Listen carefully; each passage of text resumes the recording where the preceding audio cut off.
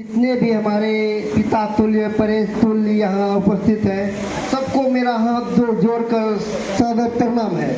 और मैं कोई नेता या कोई नेता फैमिली से बिलोंग नहीं करता हूँ। मैं एक युवा हूँ, मैं एक विद्यार्थी हूँ। और इस क्षेत्र में आने का मेरा ये रणनीति रहा कि मैंने 2012 में 10वां किया, 14 में इंटर से साइंस से जाके बाहर पढ़ाई किए और तभी से अभी तक कटिहार, पूर्णिया, पटना, भागलपुर जैसे जगह में जाके तैयारी किए, पढ़े, अलग अलग सब्जेक्ट का अध्ययन किए। और जो हमारे स्टूडेंट का, जो हमारे युवा का स्थिति बना हुआ है, जो हमारे समाज का स्थिति बना हुआ है, वो हम जानते हैं, भली भांति जानते हैं। अगर आप कभी छठ पूजा के पहले 15 दिन पहले अपने कटिहार जंक्शन पे चले जाइएगा तो पैर रखने का जगह नहीं मिलता है। वो ऐसा इसलिए कि सब जो पलायन करके बाहर कमाने जाते हैं, खटने जाते हैं, वो आए हुए होते हैं, आने वाले होते हैं। वही कोई फेस्टिवल के बाद अगर 15 दिन बाद अगर जाते हैं, 15 दिन तक भीड़ रहता जाने वालों का। ऐसा स्थिति आखिर क्यों? हमारे बिहार में क्या नहीं था जो ऐसा स्थिति बना के रखा गया?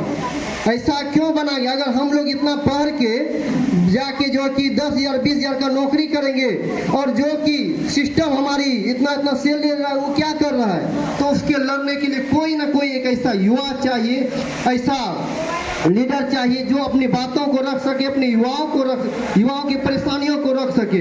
क्योंकि अगर कहीं भी आप चले जाइए, कोई हॉस्टल, कोई पीजी चले जाइए, 10 बाय 10 का रूम में रहना पड़ता, उसी रूम में तैयारी कीजिए, वहीं पर खाना बनाइए, खाइए, और उसके लिए कोई नहीं लड़ रहा है। अगर उसके बाद भी अगर हम तैयारी करके एग्जाम तक पेपर देने जाते हैं तो वो क्वेश्चन आउट कर दिया जाता है। अगर उसके विरोध में लड़ने जाते हैं तो ठंड के दिनों में वाटर कैनन करवाया जाता है, पीठ पे डंडा मारा जाता है। आखिर कब तक? हम कहाँ के? आपके समाज के हैं, हम कहाँ के? आपके घर के बच्चे हैं। आप जितने भी पदाधिकारी यहाँ बैठे हुए, आप मानते हैं कि आप अच्छे पद पर है, लेकिन क्या जरूरी है कि आपका बच्चे भी इस पद पे होगा? लेकिन उसके लिए हम लड़ाई लड़ने आए हैं। अगर आप कोई भी थाना में चले जाइएगा, कोई लोकल हम जान कुर्सेला, समेली और ये बरारी जान वहाँ क्या होता है? एप्लीकेशन FIR खुले मंच पे हम बोल रहे हैं, वो तो लेता, लेकिन तब पर भी उसको कुछ दिया जाता है। क्यों लेगा?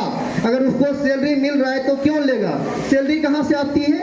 हमारे टैक्स के पैसे से, जो हम कपड़ा लेते हैं, जो हम किताब लेते हैं, जो हम राशन लेते हैं, उससे आता है, तो क्यों लेगा? जब तक युवा नहीं जागेगा तब तक उसको नहीं रोक पाएगा। वही लगता होगा कि इसका एज नहीं तो क्या चलता होगा।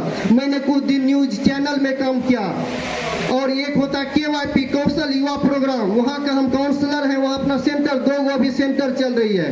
तो वहाँ का जब विद्यार्थी को काउंसलिंग करने पेरेंट्स के पास गए तो देखते हैं कि 75% उसमें गर्ल्स आती है, लड़कियाँ आती पढ़ने के लिए, और माँ बाप इसलिए भी वहाँ नहीं भेजना चाहता है, बोलता वहाँ पढ़ के क्या होगा, जॉब मिलेगा, मेरा बेटी क्या करेगी? अगर उसका बेटी अगर कुछ नहीं कर पा रही तो इसमें किसका दोष? सरकार का दोष, सिस्टम का दोष। और हमारे जितने भी पेरेंट्स हैं उनका भी हम दोष मानते हैं, क्योंकि वो अगर सैलरी 50,000 ले रहे हैं तो आप उसको जाके बोलिए, क्यों नहीं बोला जा रहे हैं? कब तक हम बोल रहेंगे ये मेरा हक की लड़ाई है और इस लड़ाई में हमेशा आगे रहेंगे, चाहे मेरे साथ जो भी हो। और ये नहीं कि हम युवा, हम नादान हैं, हम कुछ भी हैं। अगर कुछ करने के लिए आए हैं तो सब चीज त्याग कर आए हैं। मेरा उम्र अभी 29 साल हो रहा है। अगर यहाँ तक आए, अभी भी हम फ्लैट लेके रहते हैं, घर मेरा 5 किलोमीटर दूर है, वहाँ भी अगर 5 साल से युवाओं के पीछे संघर्ष कर रहे हैं, एजुकेशन के फील्ड में अगर कार्य कर रहे हैं, कहीं ना कहीं आज न कल इस बरारी को और बिहारी को जो टैग लगा हुआ गाली का, उसको बदल के रहेंगे। लोग बोलते हैं हम बिहार बदल देंगे, हम नहीं, बिल्कुल नहीं। हम पहले बिहार नहीं बदलेंगे, पहले बरारी बदलेंगे, क्योंकि बरारी ये मेरा घर है, ये मेरा गौरव है, हम पहले इसको बदलेंगे। कहते हैं ना, सबसे ज्यादा स्थिति युवाओं का है, सबसे ज्यादा स्थिति युवाओं को। पलायन करने कौन जाएगा बाहर? युवा जाएंगे, हम जाएंगे। साल भर अगर 2 साल कुछ नहीं करेंगे, हम भी टिकट कटाएंगे, हम जाएंगे। आपके भी समाज की टिकट कटाएंगे बाहर, वो जाएगा। लाठी खाने कौन जाएगा? हम युवा जाएंगे। सब चीज में हम क्यों पीछे? अगर हमारे युवा को बात रखने वाला विधानसभा में होना चाहिए, क्यों नहीं नीतीश कुमार को पूछा गया कि क्यों अगर आपके पटना में इतना डंडा खाया, इतना पानी बरसाया गया ठंड के दिनों में, वो क्या बोलते हैं कि वहाँ ऐसा कुछ भी हुआ, लड़का को पीटा गया था। आप पूरा प्रदेश के मुखिया है, राज्य के मुखिया है, आपको शर्म नहीं आया, लज्जा नहीं आया कि हम लोग पे था इतना अत्याचार हुआ और आप जो कि पता है, आपको पता नहीं चला? ऐसा ही एक था सोनू कुमार जिसने सुसाइड कर लिया, पता होगा मैडम। एक सोनू कुमार था विद्यार्थी, उसने सुसाइड कर लिया। उसका परिवार के साथ क्या हुआ, उसके लिए बोलने के लिए कौन गया, वो सब आप बर्दाश्त नहीं करेंगे। और मेरा, हम बार बार बोलते हैं, मेरा कोई फैमिली बैकग्राउंड में पॉलिटिकल लाइन से नहीं है, लेकिन अभी 500 युवा मेरे साथ में लड़ने के लिए तैयार है, पूरी संसाधन लगाने के लिए तैयार है। इसलिए नहीं कि हम जो है कि पढ़े लिखे बहुत है, लेकिन इसलिए कि हम उसमें कार्य किए हैं, 5 साल तक उसमें कार्य किए हैं। अभी जो वहाँ रैली हुआ तो उसमें 250 आदमी को लेकर आए, सिर्फ यूथ था, और वो हर चीज तन मन लगाने के लिए, संसाधन लगाने के लिए तैयार है। और चाहे जो भी हो, हम इस बदलाव में लड़के बदल के रहेंगे। बरारी एक छोटी सी बात हो जाती है। अब बात करें, हम करेंगे क्या? बात तो बड़ी बड़ी होगी, करेंगे क्या? पहला रहेगा घर, एक पंचायत, अगर बड़ा गांव है तो वहाँ क्या रहेगा, एक लाइब्रेरी रहेगा, वो बिल्कुल निःशुल्क रहेगा। अगर हमारी सरकार की जो फंड आती वो अगर सबके सामने समक्ष रख दिया जाएगा, सब भीतर डिस्ट्रीब्यूट कर दिया जाएगा, तब हमारा जो 4 लाख 3 लाख रुपया मिलता है वो हम पूरी तरह उसमें कुर्बान कर देंगे। मिनिमम 75%, 3 लाख रुपया मेरा जो है कि हर कोई भी युवा के हिसाब ले ले। इसका क्या किए, इस महीने का जो किस ये पंचायत में यूज हुआ, मात्र 35 पंचायत है, बहुत बड़ी चीज नहीं, बहुत छोटी चीज है 35 पंचायत। उसको बदलना काफी आसान हो जाते हैं एक युवा के लिए जो पढ़े लिखे।